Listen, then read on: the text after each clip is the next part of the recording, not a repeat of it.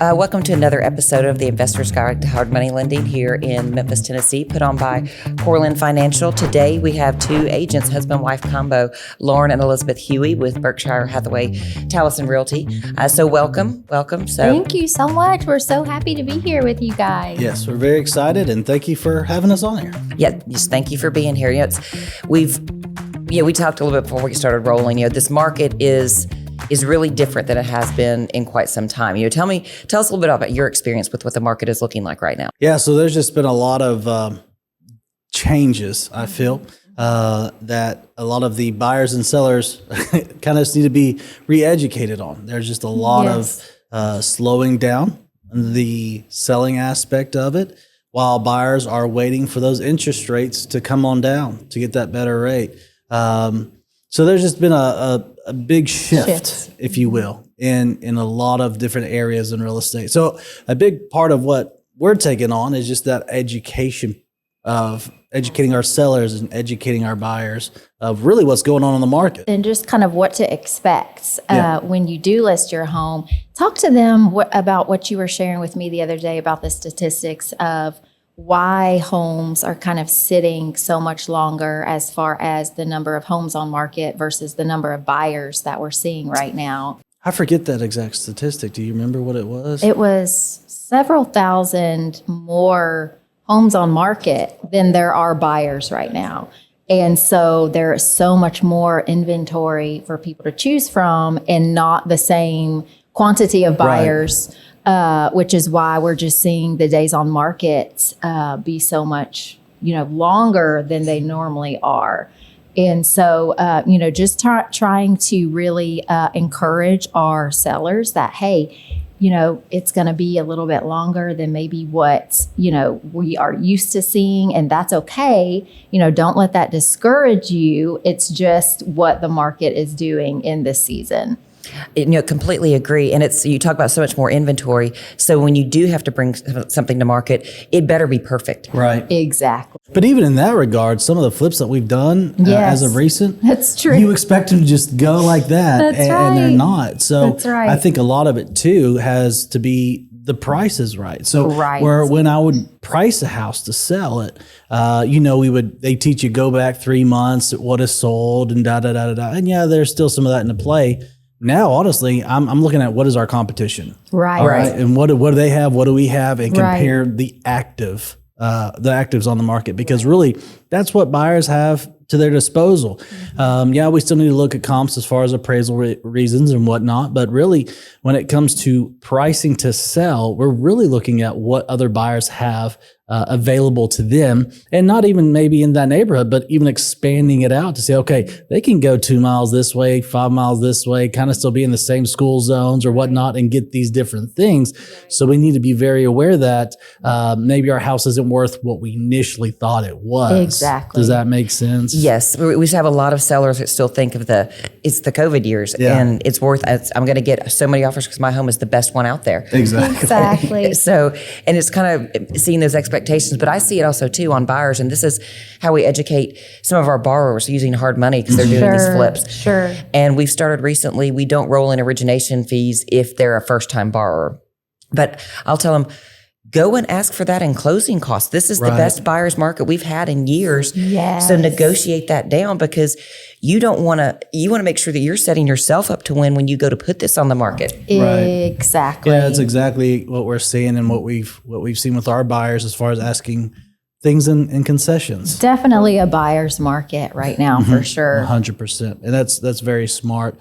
To try to get as much from concessions, just because that buyer market is very heavy right now. But they also, too, I think the buyers didn't realize that they could ask for these things because of the COVID era. It's like you couldn't ask for anything. Exactly. And I think, I love what Loren does with our clients, because he is very intentional about finding out what are their goals. Do you need to keep as much cash in your pocket up front as possible? So talk to them about what you do as far as encouraging our buyers. I think one thing is their big why. I think we talk about that a lot. It's not just, 4-bedroom, 2-bath in this location, but why do you need this house? What is the goal? 5 years, 10 years down the road, will this house still fit you? and even in the offer itself. And I usually do that just to kind of keep the main thing. Okay, let's not fall in love with something that may not fit, and at the same time, let's not discount something that may actually work for you guys. That's right. At the same time, we also got to look at the initial offer. Okay, what's more important to you? Is it getting closing costs? Is it getting that exact closing date, or whatever it may be, having the house fixed up and ready to go, turnkey, so you don't have to do anything? Or do you want to have your own personal touches? There's just different things that we have to go through when we're not only validating the buyer, but making sure the buyer understands the process and everything that really does go into it, because it's more than just setting up a home search and, all right, let's go look at 3 or 4 houses and let's pick one. It's a little bit more in depth now, and making them aware that they do have a lot more options than that COVID period, where it had to be just a straight, clean offer. Yes. Now we can get a little bit more in depth and actually do some more negotiating. Exactly. So you as flippers, like, what are you looking to, like, what areas are you looking in? Because I know a lot of our borrowers will be interested in that, of the ones who are wanting to get back into flipping that have been on the sidelines. Right. Sure. What are you looking for as a buyer to look at as a flip? That's a good question.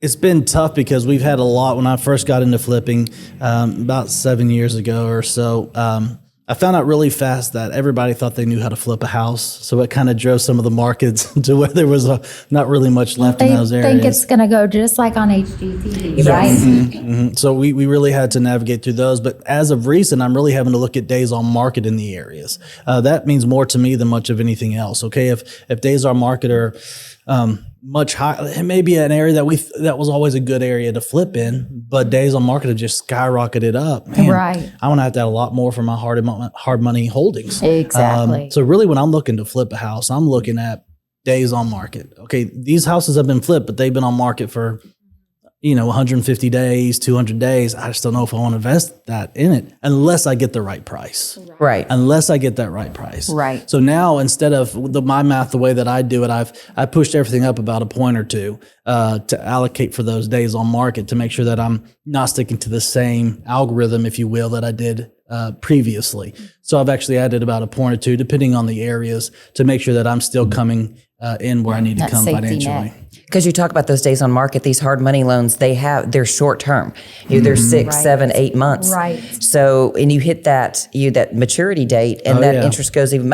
That's money out of your pocket. That's profits. 100%. Yes, exactly. And it's huge. And as especially new flippers, you really have to be very aware of what that maturity date is, what area you're looking to buy, and making sure that you're staying within that knowledgeable time period. Yes. And getting it done in a prompt and timely manner. And also just giving a safety net for those unexpected, right? The Every flip has those unforeseens. There's always going to be something that you did not budget for, that you did not expect. There hasn't been one flip I didn't do to where I was like, man, nothing popped up. That's right. No, there's always flip a few has $1,000s been, or something. That's right. Nothing has been completely smooth sailing when it comes to all of that. So I think just being, like he said, kind of having that buffer built in, so that if homes are sitting a little bit longer, and when those unexpected things do come up, you're prepared. You're still making a great profit at the end of the day. Oh yeah, 100%. And, I tell, first time new flippers, they see this property that's in one of these municipalities here. That's like, hey, this is in Germantown. I can make this. Right. But the loan's that much more expensive. So it's like you could burn through it. I recommend start small. Yeah. Start to where you can sit and hold that property for a minute. 100%. Or start to where you've got another exit strategy where you could refinance and turn it into a rental. Our best financial flips have been in areas that we bought lesser of a house. Yes. That makes sense. Yeah. Smaller. And the worst flip we did It's so true. was in Germantown. And we thought the most money we lost. We thought, okay, like you said, this is a great area. It's right here by Houston Middle. Yep. This is gonna go so fast. It was beautiful. We put a lot of money into it, just updating everything, and we ended up actually going in the red on that one. It's one of those things on those types of properties. Germantown is a great one because there are a lot of older homes in that area that Right. need updating. That's right. But you're going to have that bit much bigger of a loan, and you got to put that much more into the house because of the buyer expects it in that area. Exactly. So you can't get away with nice updates. You got to go premium. Got the kitchen. Yeah, That's you got to get exactly everything and right. throw everything back in it. And you can't just go throw Home Depot cabinets in there. You No. got to do Custom. premium, custom, so it's one of those things to where, yeah, it's you got to pay a big chunk here and then a big chunk to renovate it, and then you're probably going to be holding it for a little while, especially in Germantown right now. And I think, like we said, it just goes back to getting that right initial price. Yeah, the right because price. at the same time, another flip that we had in Germantown, it was actually a foreclosure. Yeah. And we ended up, we paid, what was it, like $400,000 for it. Mm-hmm. And we ended up selling it for $705,000. And so it's one of those things to where, that was a great flip for us. Yeah, so you're going to have those, and it just also real estate flipping. What real estate is just a roll of the dice. I mean, you never know day to day what's going to happen. Definitely for risk takers. They can tell you interest rates are going to come down. They don't. They go up. They can tell you this is what's going to happen. This is projected to happen. But really, it's a roll of the dice. And that time that we really did have that unfortunate flip, it was a time where the market was really good, and all of a sudden, that's when everything flipped on That's market wise. exactly Nobody right. saw it coming. The It just market it shifted. just shifted really fast, and that's what really hurt us overall. Right. But, it's one of those things where you really just got to make sure that more than anything, your numbers are solid when it comes to flipping. If you're not a numbers person, find somebody that is to help you out, because that is the name of the game. And I think quality. I was just about to touch on that. What does that look like if you're wanting that top dollar? What do you have to do now versus 3 years ago, you could paint everything gray, put some LVP gray floors down, put some just whatever brushed nickel fixtures and still sell it. What has changed now? I think it depends on the areas, right? Sure. But I think overall, if you take a consensus, you're having to put the quartz in. You're having to do a little bit more than just slap some paint on, throw some LVPs on and rock with it. I think you got to have a little bit more attention to detail, because when these inspections come through, I mean, you're getting flagged for everything. So you got to make sure that you're, at least what we do is make sure that your air conditioning units, your HVAC, all the systems are not only working, but they're doing good and not 15 years old. and not 15 years old. Exactly. So, it's one of those things to where you have to be more attention to detail, and you have to put more money into certain aspects of the house to where you normally wouldn't have to do And that. I think even along with that, when it comes to the design aspect, which is what I really help with, he's more the numbers, the finances, and then he really trusts me to come in and kind of do whatever I want to do, really. I mean, within reason with the design aspect. But I think just really kind of really focusing on detail there, not just doing a plain subway tile backsplash, or not that there's anything wrong with that, but I think just making it a little bit more Extra. yes, a little bit, a little bougier, if you will. Yes. I mean, just adding a little and getting a little creative. And that's something that's been so fun for me is just trying different things. And so I really have enjoyed that in the flips that we do, just really focusing on that design aspect. Like, okay, if I'm a $700,000 home buyer, what would I want in this house? And just having fun with it. I don't want it to look like, if I'm a $700,000 buyer, I don't want it to look like somebody's come in and put the millennial gray touch flip into it. I want it to have character. Exactly. Right. And I think another thing, just keep in mind the location. Don't put too much into a location that doesn't need it. Right. Don't put quartz in when the average sale price is $150,000. Exactly. So keep in mind of the location and be smart about where you buy it. I mean, you don't have to go to these top tier home stores. There's a lot of great places that sell discounted material or lower priced things that you can put in those, And those we've price got levels. great contractors that we've worked with for years that are very, very reasonable. And that makes a when you flip huge house, difference. Your contractors can make or break you. Yes. And so make sure that you, first time, or if you've been in it and you're looking for somebody, make sure that they are vetted. Make Yes, sure that that's you're right. not just pulling on something. You found somebody driving a van and took down the number and now they're doing the job for you. Not saying there's anything wrong with it. I mean, that's how a lot of people get work. I'm just saying vet your contractors. Don't go to Facebook Marketplace and find the cheapest person. Make sure it's somebody that you can trust. They're cheapest for a reason, and sometimes you find out the hard way why. And I'm not saying pay premium. At the same time, you have to. This is an industry of relationships. That's right. And you have to build those relationships, networking with other flippers and other hard money lenders and other contractors and people that do this stuff. Because it's not competition. It's really people there that have been doing this a while and can help you. And hey, go buy your stuff here. And yeah, we can get this done for you there. And making sure that you're just staying well rooted within this fixer upper, flipping community, because it's a great one. It is a great one. And so where are y'all looking now, like for the spring? Because you're flipping. Do you have anything going on right now, flip wise? Right now, well, we just. Do you want to talk about what we do as far as with our listings, if they are needing a little bit of help and updating? Yeah, so this is one thing. So one thing that we've done as flippers that I feel like sets us apart because it from kind of other goes agents. hand in hand. It's instead of when we can't find something that's out there that's really worthy of a flip, either financially they have come down enough or whatnot. So what we've done is we've started marketing ourselves as people that can come in and help you re-fall in love with your house. Novations is so what it's like we a call novation. it. Well, that too. So there's two sides. One's a novation in the sense of if somebody wants to sell their house, but maybe we don't want to go in and buy it. Maybe their parents passed away, something like that. They're looking to sell it. What we can do if they want top dollar, their parents lived in it for 30 years. It's completely outdated. We got 1970s cabinets. Got those 1970s cabins. The green shag carpet. Those shag carpet, panel walls. What we'll do is we'll team up with them and say, look, we'll invest our finances. We'll come in and we'll completely update the house and then we'll sell it for you. So they're going to get top dollar. We'll do the financing for it, and then it just comes out of proceeds how we get paid. So that's a way that we're able to get them more money, and then we get our portion as well. So that's somewhat of an innovation. But on the same side, if someone is thinking about selling, interest rates just aren't where they are. They're going to have to, when they downsize, pay more on their mortgage because of how interest rates are, that type of stuff. What we can do is come in and also help fix up their house to help them fall back in love with their house. So that's something too that we've been doing.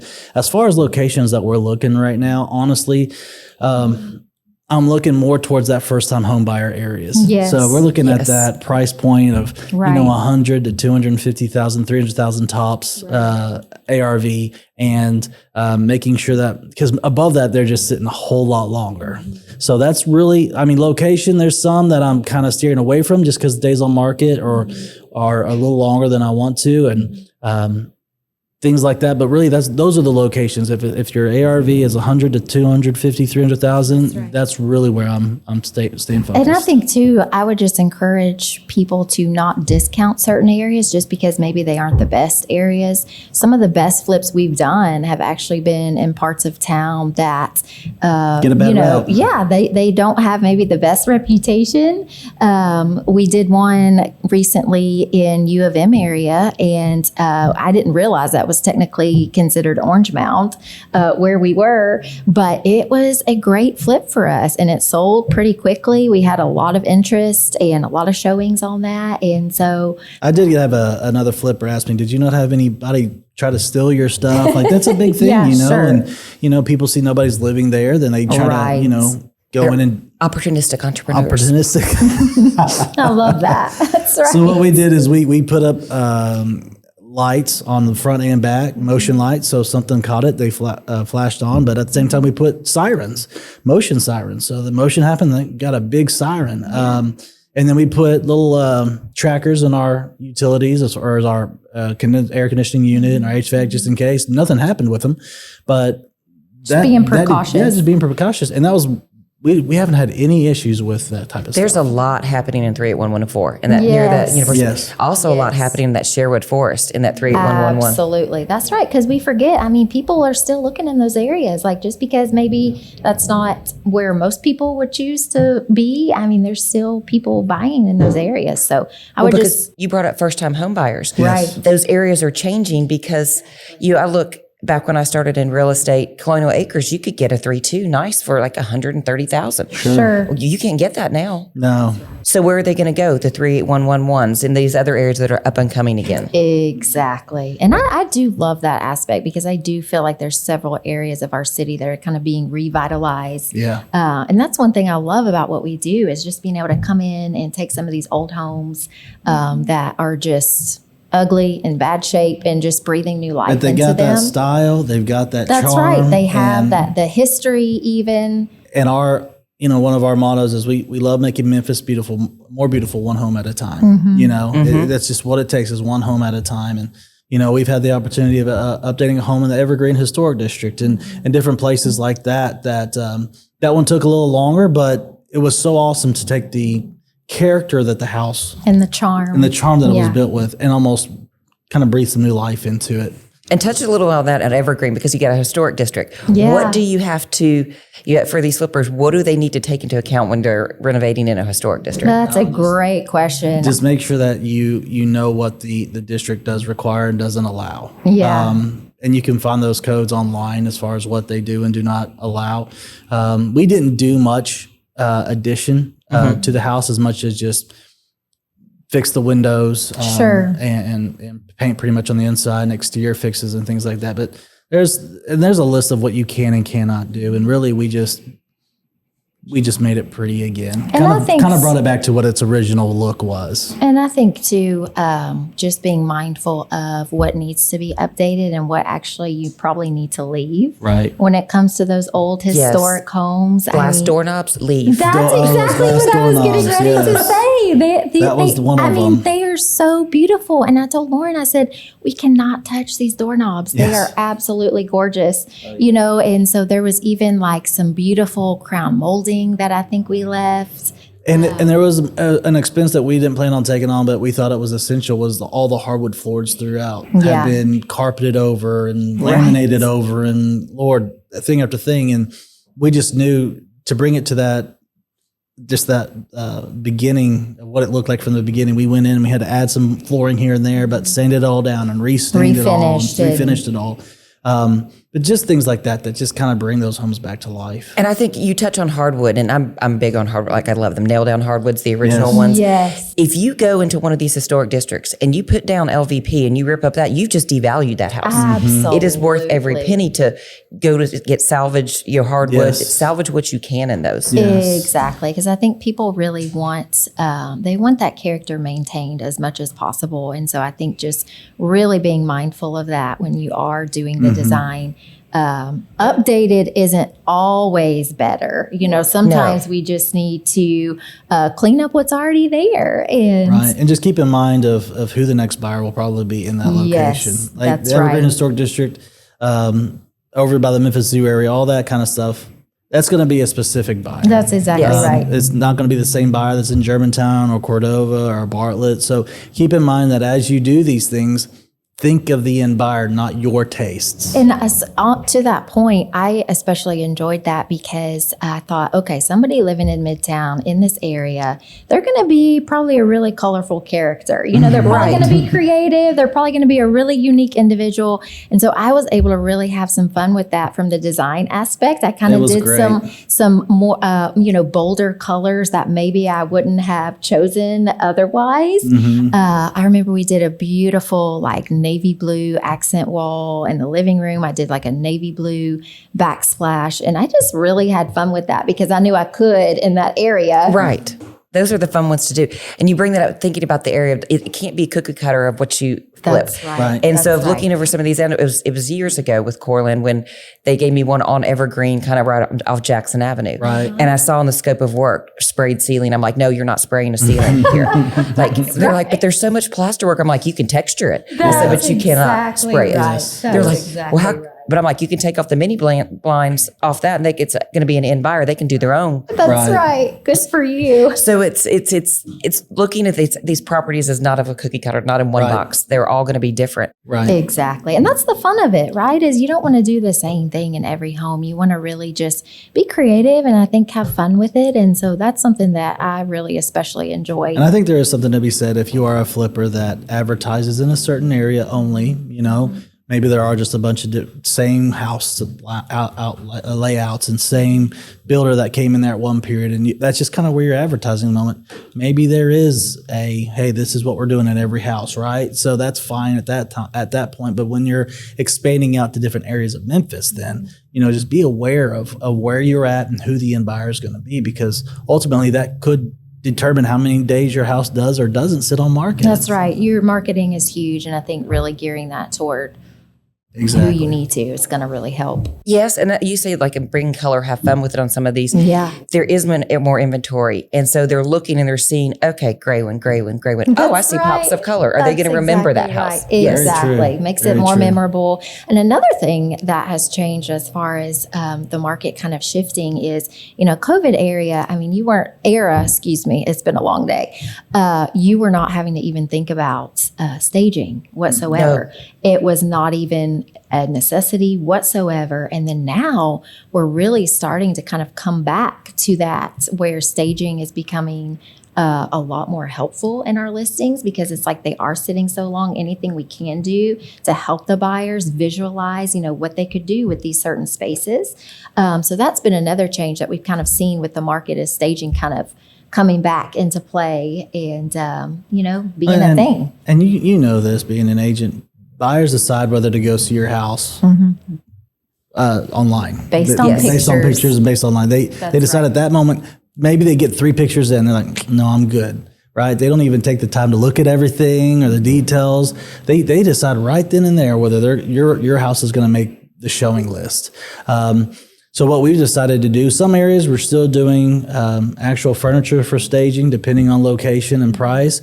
But there's a lot of good virtual staging companies that you can do really solid virtual staging for not a lot of money. So take the extra step, do virtual staging at the very minimum, and show a buyer what the end result can really look like. Because I think when you just have an open space, and it's hard, some buyers, some people like myself, it's hard to envision, okay, what I can put here and what will this look if I do this or do that.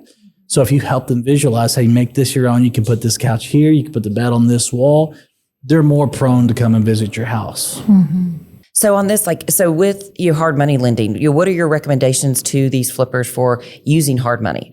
Why do you use it versus using your own cash sometimes? I use it because, one, I don't always have enough of what I need. I would be very wise. What I would say, the first thing that came to mind was be very wise on how you pull on it, because you may not need it all. And I know, thank God, that a lot of these hard money lenders will only give it in small chunks here and there. Right. But just very wise on how you use it and how you spend it. I use it a lot because it's very beneficial on keeping our businesses rolling along. And if I've got to wait for something to sell and all my money's tied up in this, and I'm waiting for this to sell just to do this next project, then I could be delaying multiple projects from going on.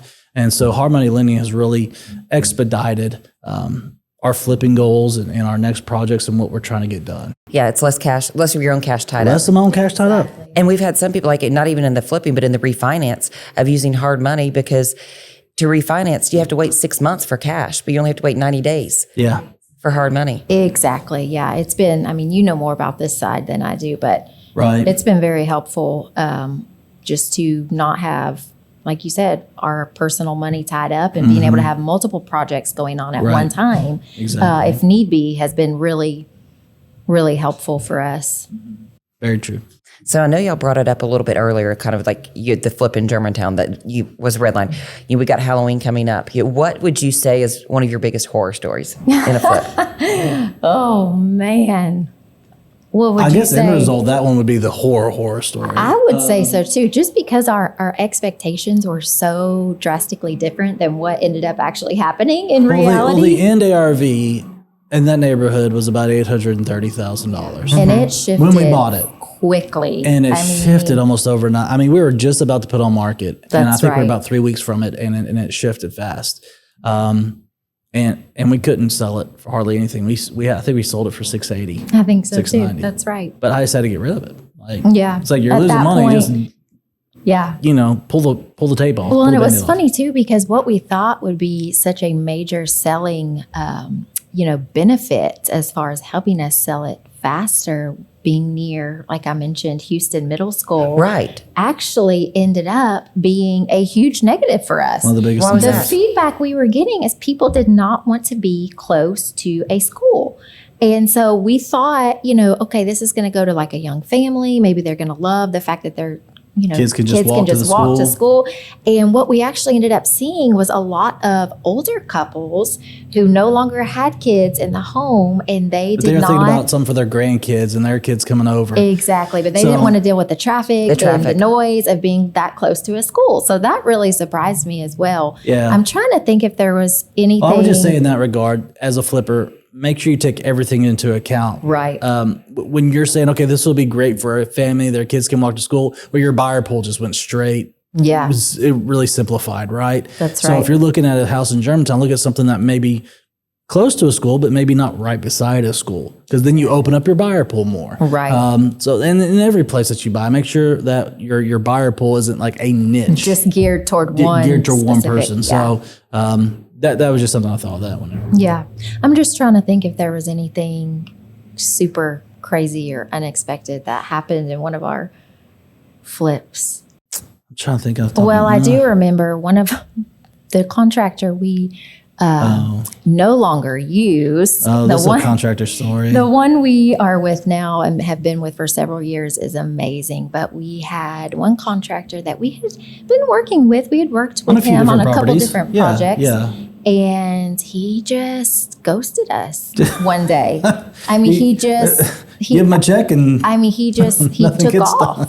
And a lot of the things were not finished. They weren't completed. And we had no way of tracking him down and figuring out, where he was. That happens. It happens. It happens. So going back to your point you brought up at the beginning about just vetting your contractors, making sure it's somebody that you can trust and that you can really rely on, because unfortunately in this business, that's not always the case. And so you don't want to be paying the price because of something crazy like that. And that's what some of our borrowers get upset, that we're not releasing this huge chunk of money as an advance to them. And we're exactly. It's a safety net. It's a safety net for everybody. Yes. Because their mind doesn't go there if thinking a contractor's going to take the money and run without doing the work. And you don't really necessarily think about that until it happens to you, And so I would say that was definitely that one was the more like, I cannot believe that just happened. I cannot believe that just happened. And now I got to take more money out to do the job that was supposed to be done, and now I got to find somebody to do it. It was one thing after the next with that one, but we got it done, and we moved forward. I can't think of really anything crazy. Everything for the most part, aside from that, has been pretty smooth. We've only gone red on one. Yeah. And that was the one in Germantown. We've only had that one big happen with that big contractor there. Yeah. But overall, we've done fairly well, and the Lord's been good to us to help us get to these things. And I'm not one just to go buy a house to buy a house sake. Like, it just really has to make sense. Yeah, financially. I'm not one I just have to have a house to flip. Right.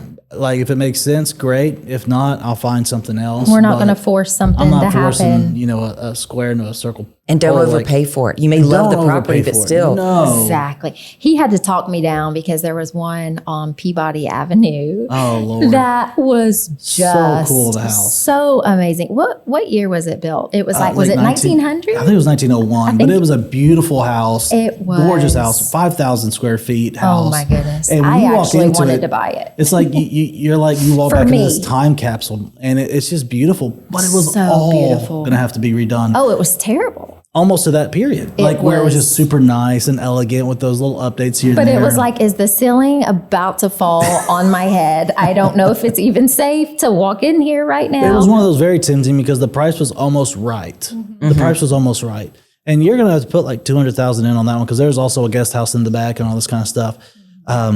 So you're probably $250 with all said and done, but it'd be over almost $1 million house at that point. And comps were there, but when I'm looking at the end buyer of that, I'm just like, there's not very many. There's not very many for that. Exactly. And so even though the numbers kind of made sense and it could probably work, it was just, big risk, big reward sometimes, but big risk. you go on the whole big time sometimes. That's right. And like you said at the beginning, just that smaller price point, especially if you're a beginner flipper, that is definitely the way you want to go. Right. Because it's not as risky, and there's a lot more buyers who can do a $150,000 home versus somebody wanting to live on Peabody Avenue. Right. And it's like you open your buyer pool. It could be an investor, it could be an owner occupant, it could be whatever. Exactly. And not everything has to be a home run. It can be a solid base hit. Exactly. And even as flippers, you got to think, okay, maybe I can buy this, get it on a contract, and wholesale it to somebody that might want to take some more time and has a little bit more cash.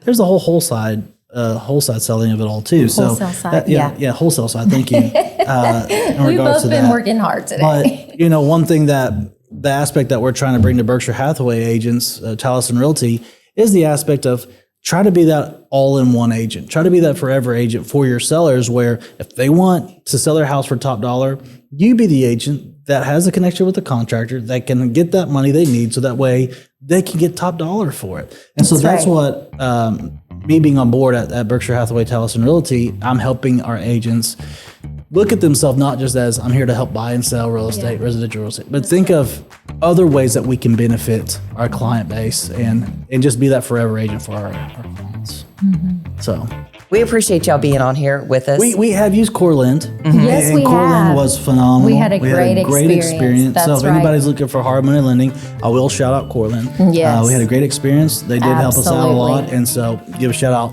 to CoreLend. Well, we appreciate you. We appreciate Richie you having you Ward on. took great Yes. care of us. Yes, Richie was great. Who just happened to walk in the room.